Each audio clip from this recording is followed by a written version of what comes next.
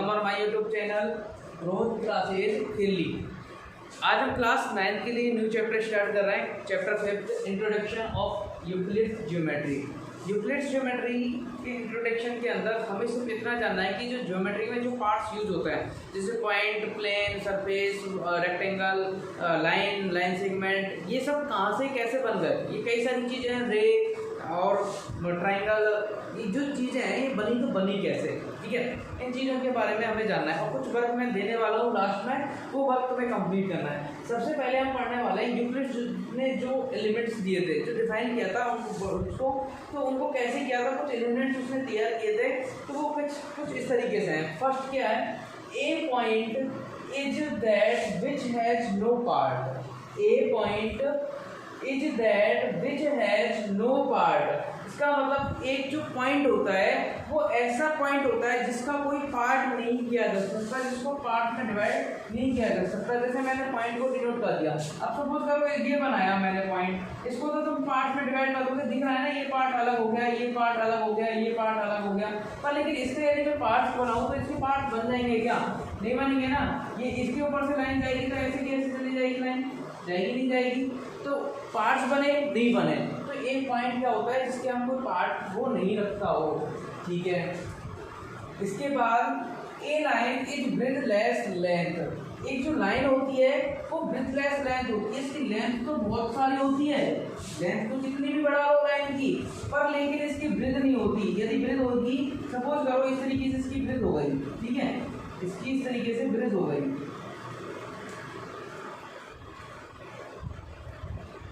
ये मैंने इसकी ब्रिज बना दी। अभी तो कोई ब्रिज नहीं थी ना उसकी, अभी देखो इसकी ब्रिज हो गई, ये यहाँ से यहाँ तक इसकी ब्रिज है, ठीक है, ब्रिज। और ये क्या है, इसकी लेंथ, ठीक है। तो ये लेंथ ब्रिज हो गई तो ये रेक्टेंगल नहीं बन गया, भला नहीं बना, ये लाइन थोड़ी है। तो लाइन की कोई भी क्या नहीं होती, ब्रिज नहीं होती। और ये बिना ब्रिज वाली लेंथ का, बिना ब्रिज वाली लेंथ होती है जो लाइन बन जाती है। एक लाइन बिना ब्रिज के लेंथ की होती है, मतलब ब्रिज उसके अंदर नहीं होती है। अच्छा, the ends of A line, line के जो एंड्स होते हैं, यदि लाइन के एंड हो जाए, हमें पता चल जाए ये लाइन यहाँ खत्म हो गई, इधर यहाँ खत्म हो गई, तो ये जो खत्म हो गए ना, ये पॉइंट्स होते हैं line, the ends of A line. Line के जो एंड होता है वो पॉइंट्स होते हैं। क्या होते हैं? पॉइंट्स होते हैं। इनको क्या बोलते हैं? पॉइंट बोलते हैं। ये पॉइंट पे खत्म होती है, जो खत्म होती है लाइन, तो उसको क्या बोलते हैं? लाइन सेगमेंट बोलते हैं। क्या बोलते हैं? लाइन सेगमेंट बोलते हैं। इसके बाद fourth, a straight line is a line. Straight line एक लाइन होती है, स्ट्रेट लाइन एक लाइन होती है विच जो लाई करती है, ठीक है, विच लाइज जो लाई करती है इवनली सेम उसी पर with the point on itself, जो इसके स्वयं पर जो पॉइंट के साथ बनी हुई होती है। मतलब जैसे मैंने पॉइंट बना दिए, ठीक है, तो एक लाइन जो होती है, स्ट्रेट लाइन भी ऐसी होती है, एक स्ट्रेट लाइन भी एक लाइन होती है जो इसके ऊपर इवनली पॉइंट आते जाते हैं, सेम उसी डायरेक्शन में आते जाते हैं, उसी के ऊपर जो लाइन लाई करती है, ठीक है, वही स्ट्रेट लाइन होती है। जैसे मैंने एक लाइन ऐसे बनाई, तो ये भी तो पॉइंटों से मिलकर बनती है, लेकिन ये क्या नहीं है, स्ट्रेट लाइन है। उसने स्ट्रेट लाइन की क्वालिटी बताई है, ठीक है। ए सरफेस इज दैट, एक सरफेस है जो ऐसा है कि which has length and breadth only, जो लेंथ और ब्रेड्थ रखता है। देखो सरफेस, रेक्टेंगल एक सरफेस की तरह वर्क तो करता है, टेबल का टॉप हो गया, ये बोर्ड हो गया, तो ये क्या है, लेंथ ब्रेड्थ रखने वाला है। ये देखें तो ये लेंथ है, ये क्या है, ब्रेड्थ है, या फिर ये ब्रेड्थ है, ये लेंथ है। तो इसका मतलब लेंथ ब्रेड्थ हमें मिल जाए तो वो क्या होता है, एक सरफेस होता है। और सरफेस को हम यही कहना चाह रहे हैं कि लेंथ और ब्रेड्थ से उसको डिफाइन कर सकते हैं, उसमें लेंथ और ब्रेड्थ दोनों होते हैं। The edges of a surface are lines. यदि मैं इस सरफेस की बात करूं और इसके एजेज मतलब किनारे, द किनारे, ठीक है, उसके किनारे ऑफ सरफेस, सरफेस के किनारे, जैसे ये किनारा है, एक ये किनारा है, एक ये किनारा है, एक ये किनारा है। बोर्ड पे देख लो, ये जो किनारे बने हुए हैं, इधर इधर इधर इधर, ठीक है, बना हुआ है ना, तो ये क्या एक लाइन पे एंड हो रहे हैं। देखे जाए तो एक स्ट्रेट में हो रहा है ना, तो ये एक लाइन ही तो बन रही है, बन रही कि नहीं बन रही। यदि मैं देखूँ एक सरफेस बनाऊँ तो एक लाइन इधर, एक लाइन इधर, एक लाइन इधर, एक लाइन इधर, लाइन के इनके जो कवर्ड एरिया बन गया, ये तो सरफेस है। यदि इनके एजेस की बात करें तो ये क्या है, लाइन ही तो है। तो यही है, कहना चाह रहा है कि the edges of surface, surface के जो एजेस होते हैं वो क्या होती हैं, लाइन्स होती हैं।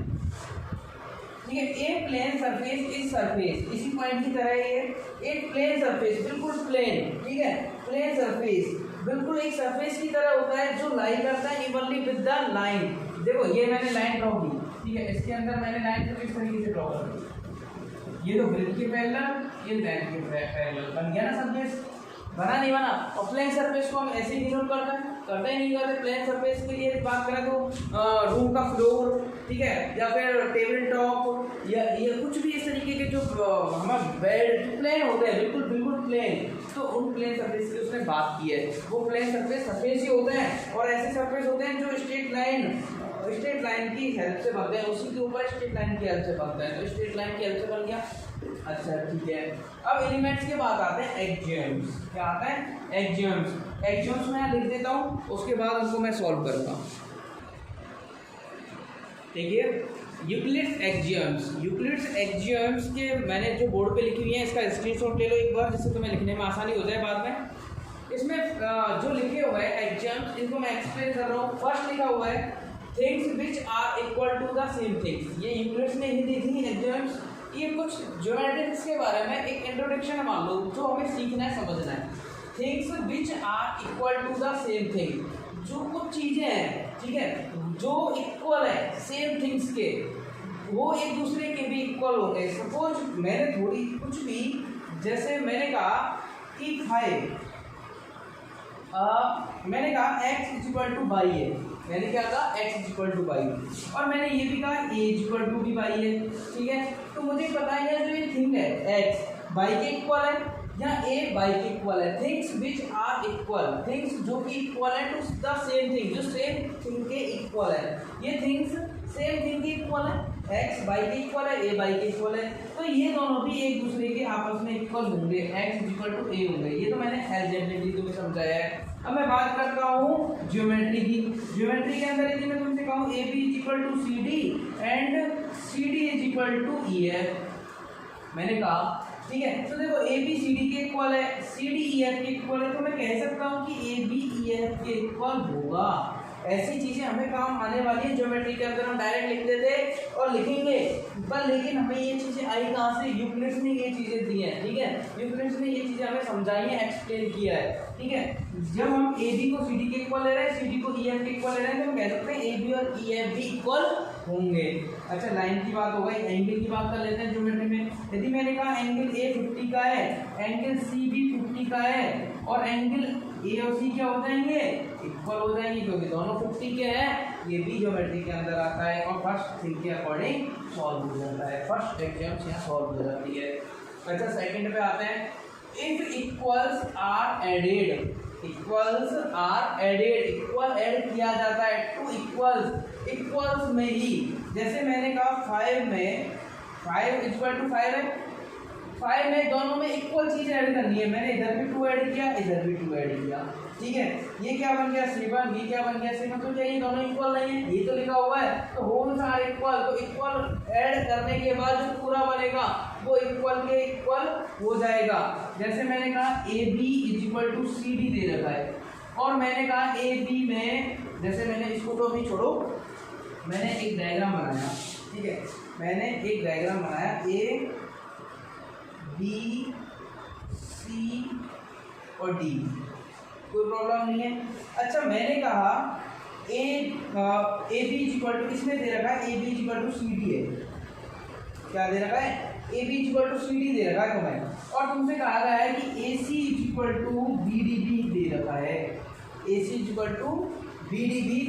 तुम्हें सपोज करो यही तुम्हें प्रूफ करना है, ठीक है, ये तुम्हें प्रूफ करना है, ठीक है, ये क्या प्रूफ करना है? A C plus A C is equal to B, ये तुम्हें प्रूफ करना है, ठीक है। ये चीज प्रूफ करके लेके आनी है। क्या गिवन है तुम्हारे पास? A B is equal to C D given है, ये तो गिवन है A B is equal to C D, ये इक्वल थिंग्स है। अब आते हैं एग्जाम्पल्स पर। If equals are added to equal, equals में इक्वल ही ऐड किया जाता है। ये बी सी वाला पार्ट मैं दोनों में ऐड कर रहा हूँ, इधर भी बी सी ऐड कर रहा हूँ, इधर भी बी सी ऐड कर रहा हूँ, ठीक है, BC में BC ऐड कर दिया, कोई प्रॉब्लम नहीं, दोनों साइड ऐड करने से। तो होल्स आर इक्वल, तो ऐड होने के बाद जो पूरा बनता है वो भी इक्वल होता है। तो AB में BC ऐड हुआ तो क्या बन गया? AC बन गया, इज इक्वल टू BC में CD ऐड हुआ तो क्या बन गया, BD बन गया। ठीक है, बना या नहीं बना, AC is equal to BD आ गया, हो गया प्रूव। ठीक है, यही चीज हमने फर्स्ट थिंग को यूज कर लिया था, फर्स्ट एग्जाम्स को। इक्वल्स को हम किसी इक्वल चीज में ऐड कर रहे हैं तो वो भी एक दूसरे के इक्वल होता है, AC is equal to BD आ गया। फाइनली हमें पता चल गया कि इक्वल में इक्वल ऐड किया जाए तो इक्वल हो जाता है। यदि इसी क्वेश्चन में यदि तुम्हें ये गिवन होता और ये प्रूव करना होता तो हमें क्या करना होता है, इसको सब्ट्रैक्शन करना होता। क्या करना होता, हमें लिखना होता AC इक्वल टू BD और इस बार क्या करना होता, BC माइनस करना होता दोनों में से। देखो AC में से भी BC सब्ट्रैक्ट करना होता, BD में से भी BC सब्ट्रैक्ट करना होता। कैसे लिख रहा है, if equals are subtracted from equals में से यदि इक्वल ही सब्ट्रैक्ट कर दिया जाए, AC इक्वल टू BD था, दोनों में से इक्वल चीज BC सब्ट्रैक्ट कर दी हमने, तो जो बचा हुआ है वो भी इक्वल होगा। AC में से BC हट गया तो क्या बचा, AB बचा। इधर BD में से BC हटा तो क्या बचा, CD बचा। तो इसका मतलब ये भी क्या हो गया, इक्वल हो गया। ठीक है, याद रखना है हमें। ठीक है, इसके बाद आता है फोर्थ पे, थिंग्स विच कोइंसाइड। यदि हम बात करते हैं कि कोइंसाइड चीजें एक दूसरे के साथ यदि हैं तो वो इक्वल होती हैं एक दूसरे के। जैसे मैंने AB बात की, ठीक है, और मैंने कहा कि AB के ऊपर ही यदि मैं बात करता हूँ एक और पॉइंट की, बिल्कुल सेम लेंथ की CD, तो ये एक दूसरे के कोइंसाइड है। यदि इसको मैंने इसके ऊपर पुट कर दिया तो एज इट इज इसके ऊपर आ जाएगा, कोइंसाइड है। AB equal to CD equal चीजें कोइंसाइड है तो ये एक दूसरे के इक्वल होंगे। सिंपल सा था, ज्योमेट्री के अंदर काम आता है। ठीक है, the whole is greater than the part. जो कंप्लीट होता है वो उसके छोटे से पार्ट के से बड़ा ही हमेशा बड़ा होता है। देखो क्या कहना चाह रहा है, मैंने एक सर्किल बनाया, ठीक है, सर्किल के अंदर मैंने इसके 4 पार्ट्स कर दिए, 4 क्या 8 कर दिए। ठीक है, अब इस 8 पार्ट में से मैंने सिर्फ इस फर्स्ट वाले पार्ट को इसको अलग किया। ठीक है, तो ये यदि मैं बात करूँ तो क्या बनेगा,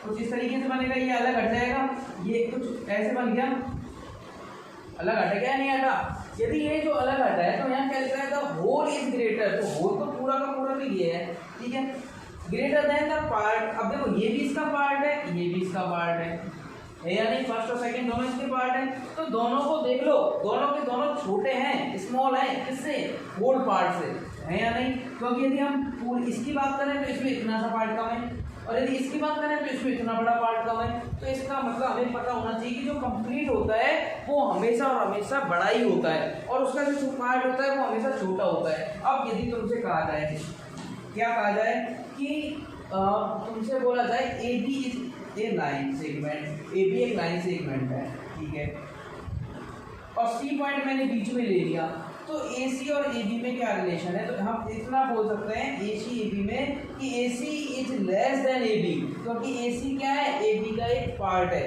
यदि तुमसे पूछा जाए BC is less than AB, सही है क्या, तो बिल्कुल सही बात है, BC भी AB का छोटा सा पार्ट है। तो यदि AC और BC में कुछ पूछा जाए तो कुछ कह सकते हैं क्या, नहीं कह सकते, क्योंकि हमें नहीं पता C मिड पॉइंट है या फिर A के पास है या B के पास है, तो इन दोनों में डिफाइन नहीं कर सकते। लेकिन हम होल पार्ट को उसके स्मॉल पार्ट से हम कंपेयर कर सकते हैं कि कौन बड़ा है और कौन छोटा है।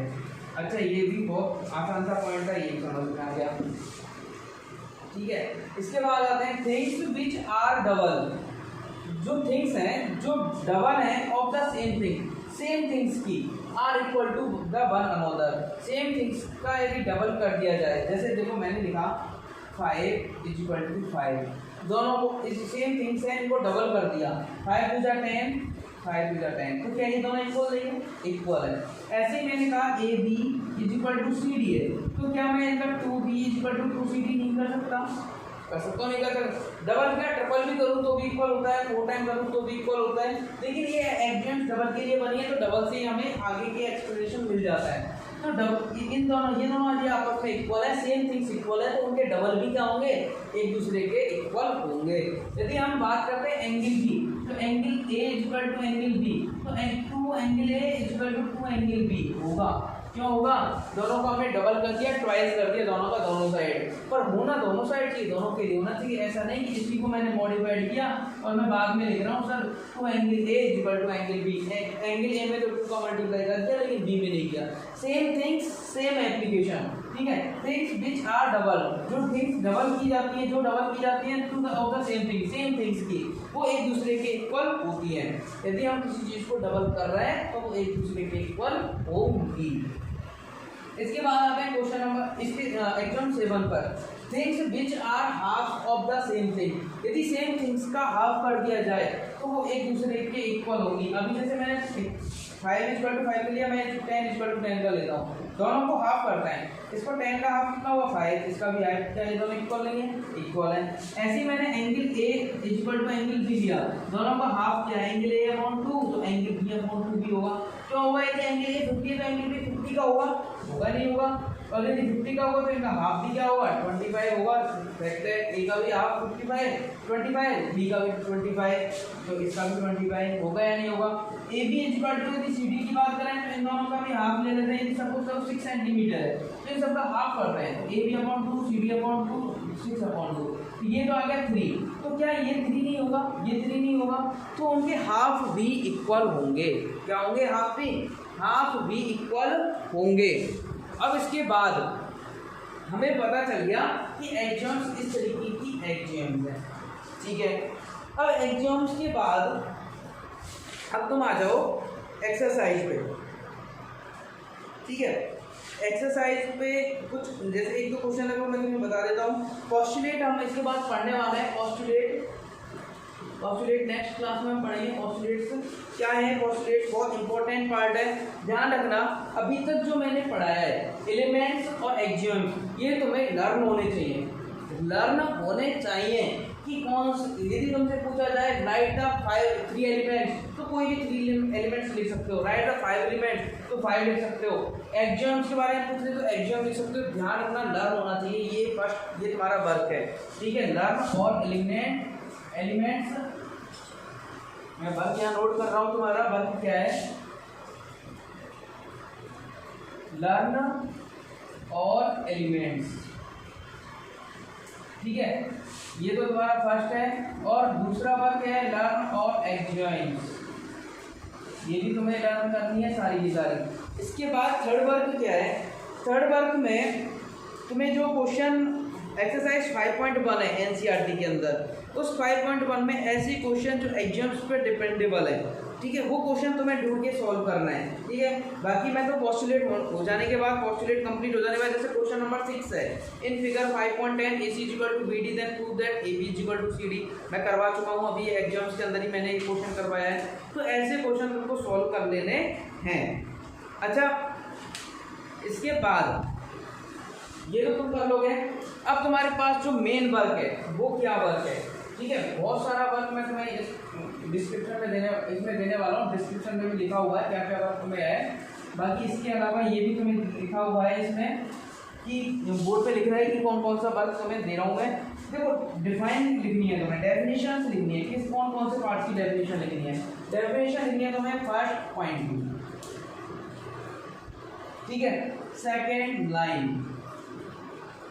Third line segment, fourth ray, fifth parallel line,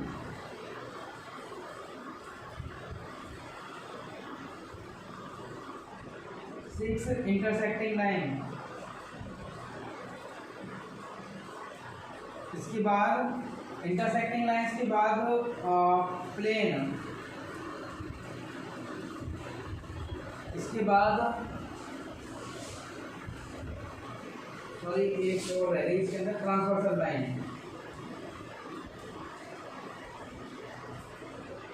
transversal line, ठीक है, और हो गया प्लेन हो गया। इसके बाद 9 कॉलिनियर पॉइंट,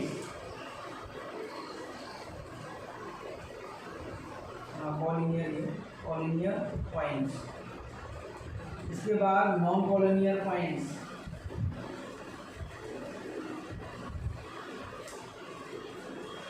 इन डेफिनेशंस को तुम्हें एक जगह लिखना है और लिखने के बाद, ठीक है, ये वर्क तुम्हें अब इसे लिखने के लिए सर हम कहाँ से लिखें? देखो नेट यूज करो, गूगल यूज करो, कोई प्रॉब्लम नहीं है, ठीक है। किसी ब्रदर सिस्टर की हेल्प लो, कोई प्रॉब्लम नहीं है।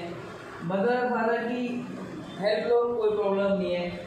अम्मा बाबा की हेल्प लो, कोई प्रॉब्लम नहीं है। मतलब घर से लेके बाहर तक किसी की भी हेल्प लेके लिखनी पड़े तुम लिख सकते हो, ठीक है। और लिखने के बाद मुझे पर्सनली व्हाट्सअप कर देना है, ठीक है।